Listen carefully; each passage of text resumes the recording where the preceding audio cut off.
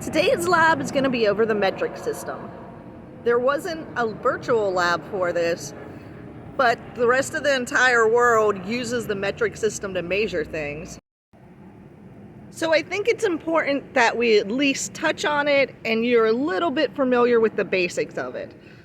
So I'm going back to an older lab that I had done in the past, and we're just going to do the problems so that you know how to work through the metric system. And then we're going to take a little quiz over it. I've put all the worksheets that go along with this under files, and it says Lab 2 worksheets. You can print those out, or you can just watch the following two videos and just take some notes and familiarize yourself with how to move from one power measurement to the next within the metric system, like from centimeters to meters or hectograms to milligrams.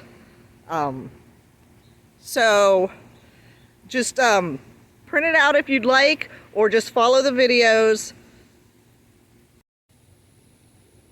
The first minute of the first video just talks about how in a previous lab we were just going to follow along in the lab manual and pretend like we were doing this stuff. So you can skip the first minute and then just go over the lecture over the metric system. It's about 18 minutes. And then there's another 7 minutes of me solving some problems. So definitely go over those and make sure you know how to move around within the metric system. And then after that, if you go into quizzes, there's a lab quiz 2. It's actually worth 10 points. And it will have some problems so that you know that you do know how to actually do conversions within the metric system.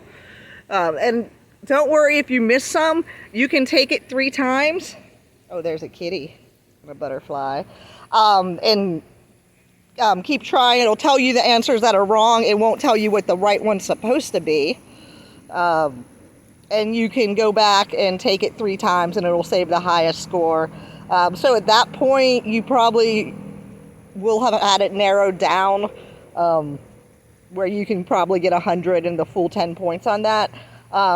And that'll be how you'll get your 10 points participation for this. Okay, so to sum up, these are all the little caterpillars for the orange butterflies. They're out of control. But for this lab, we're just going to be learning the metric system. So watch the following 2 videos after this video you're watching now. You can start at minute 1 of the first video if you really want to save some time. And then after that, you'll need to take a quiz that you can take 3 times to get your credit for taking this lab. And just make sure you do know how to do some of the metric problems and you're not just randomly guessing till you get it right, because there will be questions on the lab practical about the metric system. So try to make sure you just kind of know the basics. And I'm sorry this has a nature background with lots of little caterpillars and butterflies. I just didn't really feel like putting on makeup to film this. I know that's lazy and I apologize. But watching nature is supposed to be soothing and calm you guys. So I'm going to end this before it's too long. Short 4 minutes. So you got like 30 more minutes of the lab. It's a pretty short one. So nobody loves the metric system, but it's important you're familiar with it. So you guys have a happy Labor Day. And go outside and enjoy how nice the day is and how much little nature's flying around out here. And you have a great week. Oh look, there's a little tiny dragonfly.